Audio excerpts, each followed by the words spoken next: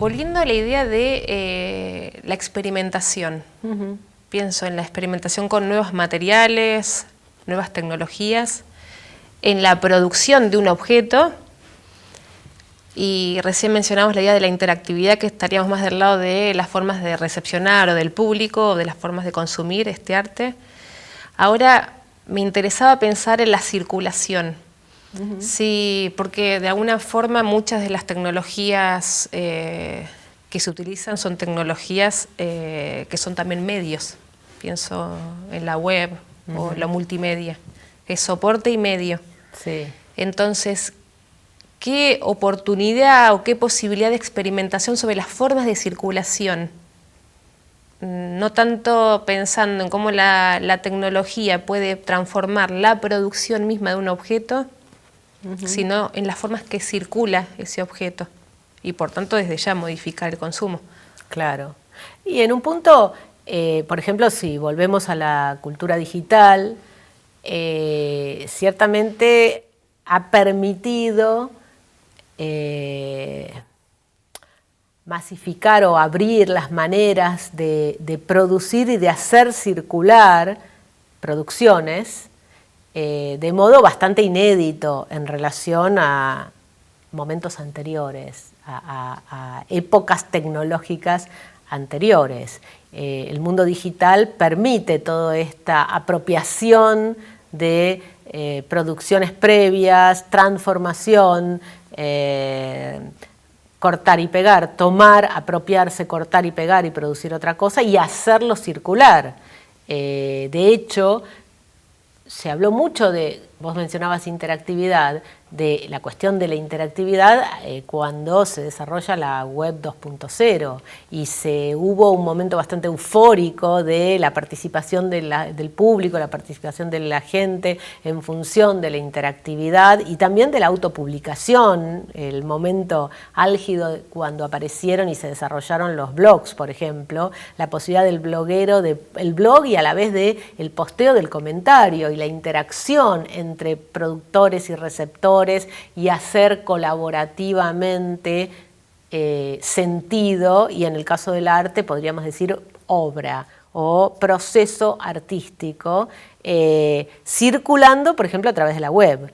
Entonces, esto modificó bastante las formas de producción, pero también de circulación de esa producción y de consumo, porque de algún modo se empiezan a difuminar de manera más patente los límites entre el que produce y el que recibe, todos haciendo circular sentido. Pero como al mismo tiempo que la noción de interactividad en los 90 se discutió, también ya en los 2000 con la web 2.0 también se empezó a discutir luego, bueno, parar un poco y no todo es tan maravilloso respecto de esas nuevas modalidades de circulación, porque por ejemplo muchas veces en el caso de la literatura fue claro, terminaban siendo circulaciones nuevas, novedosas, abiertas y a veces colaborativas para que me reconozcan y termino publicando un libro. Entonces vuelvo desde ese lugar diferente de construcción del sentido a recuperar eso mismo para la producción de un libro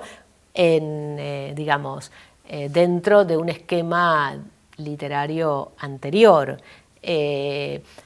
Desde los 90 el net art siempre trabajó esta cuestión de hacer circular de otra manera, retomar y reapropiarse, y hoy el apropiacionismo mismo está muy, muy vigente y a la vez muy discutido, porque esto implica borrar por completo, por ejemplo, la figura del autor.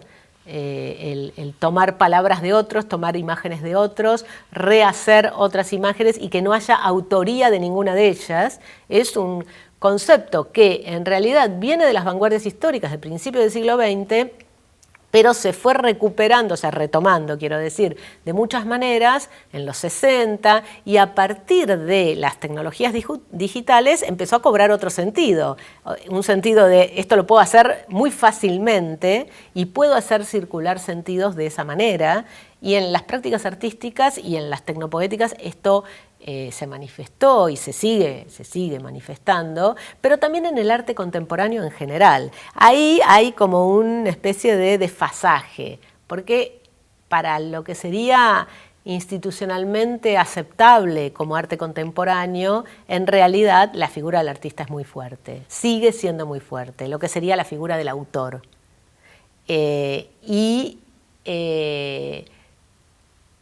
Las tecnopoéticas ahí están repartidas. Tenés tecnopoéticas donde esa figura del artista sigue siendo muy fuerte y no hay diferencia respecto de una producción artística de la modernidad, o tecnopoéticas que ya se abren a otras circulaciones abiertas y producciones abiertas donde ya la figura del autor no interesa.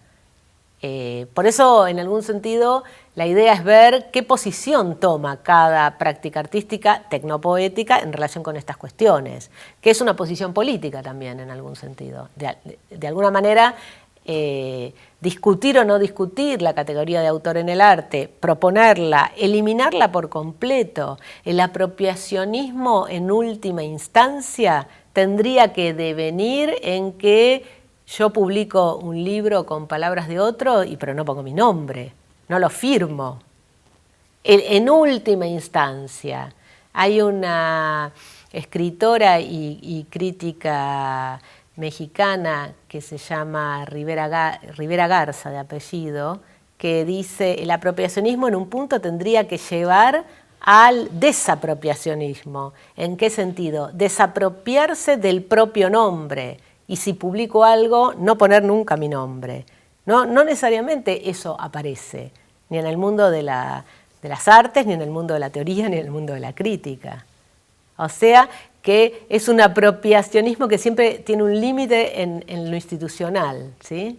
Pensaba, vos mencionaste el apropiacionismo y recién comentábamos esto de cómo pensar las tecnopoéticas siguiendo algunos de los términos que van definiendo lo contemporáneo, el arte después de la posguerra, por decir, apropiacionismo es uno, después habló de postproducción, arte de procesos, arte del entorno y demás.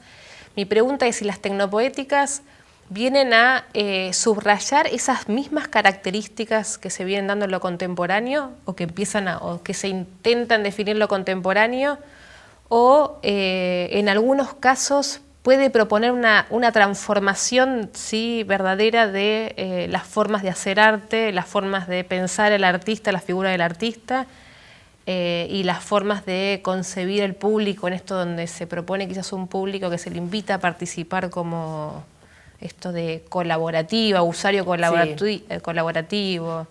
Yo creo que no difiere del arte contemporáneo. Quiero decir, yo no podría decir las tecnopoéticas están en mejor posición que otros artistas que trabajan en arte contemporáneo y no adscriben a asumir el entorno técnico de manera diferencial. Me parece que el arte contemporáneo tiene las mismas capacidades y potencialidades para transformar las ideas de arte que las tecnopoéticas.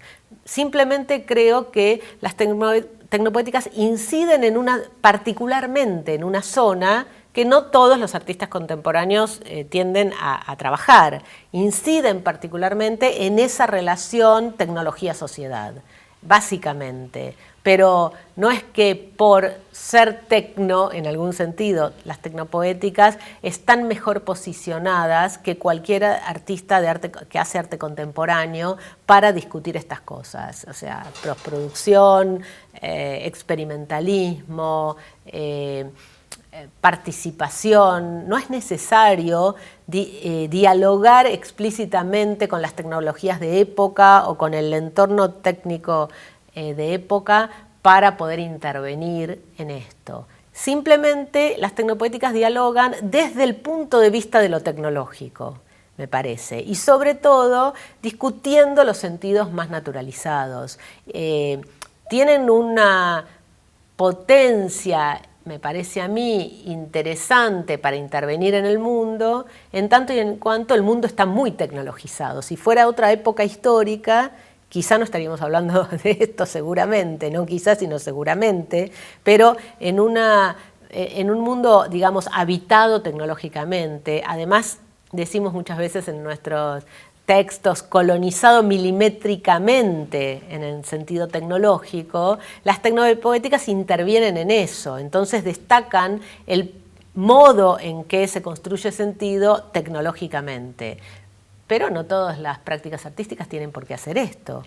Entonces me parece que comparten en el campo de grandes problemas del arte contemporáneo, pero a veces se separan también en cuanto constituyen escenas más o menos diferenciales. No siempre la gran institución de arte contemporáneo aloja lo tecnopoético o lo aloja solamente como un medio igual que cualquier otro medio, sin darle demasiada relevancia, podríamos decir, o no siempre lo aloja directamente. Y a veces, por ese motivo, el arte más tecnológico tendió a construir sus propias escenas, ¿no? Sus propios espacios de circulación, por ejemplo.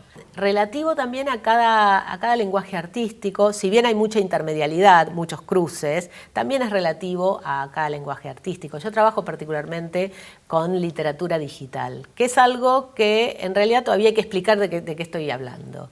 ¿Qué quiere decir literatura digital? Obviamente no quiere decir digitalizar un texto y subirlo a Internet.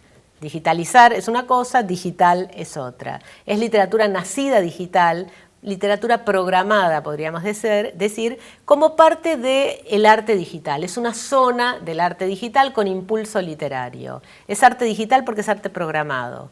Y dentro de la idea que las sociedades tienen de literatura, esto todavía es algo que no entra demasiado, que no se entiende bien, que no queda claro qué sería, y debido a eso uno puede decir, bueno, se están constituyendo espacios.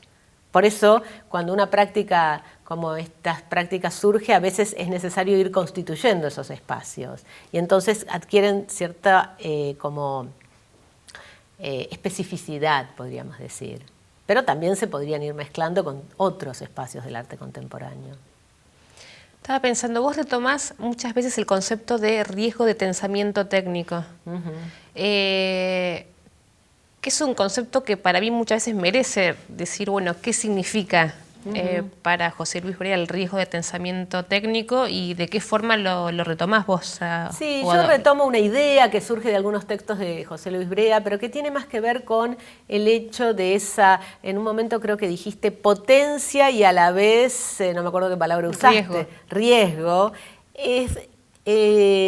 Las prácticas artísticas tecnológicas y los artistas involucrados con esto, de alguna manera asumen un riesgo de ser más de lo mismo, ir con la corriente, asumen un riesgo de parecer que están queriendo ir contra lo tecnológico en un mundo en el que son tecnológicos y no están yendo en contra de lo tecnológico, simplemente asumen que la relación arte-tecnología es una relación tensa. A eso voy. Hay un tensamiento entre arte y tecnología. Ambas son formas de experimentación del mundo de lo sensible, son formas de construir mundo. Tanto el arte como la tecnología comparten mundo, comparten etimología, son poiesis, son forma de producción y de construcción de sentidos en el mundo, pero han ido teniendo cada una su lugar en la cultura.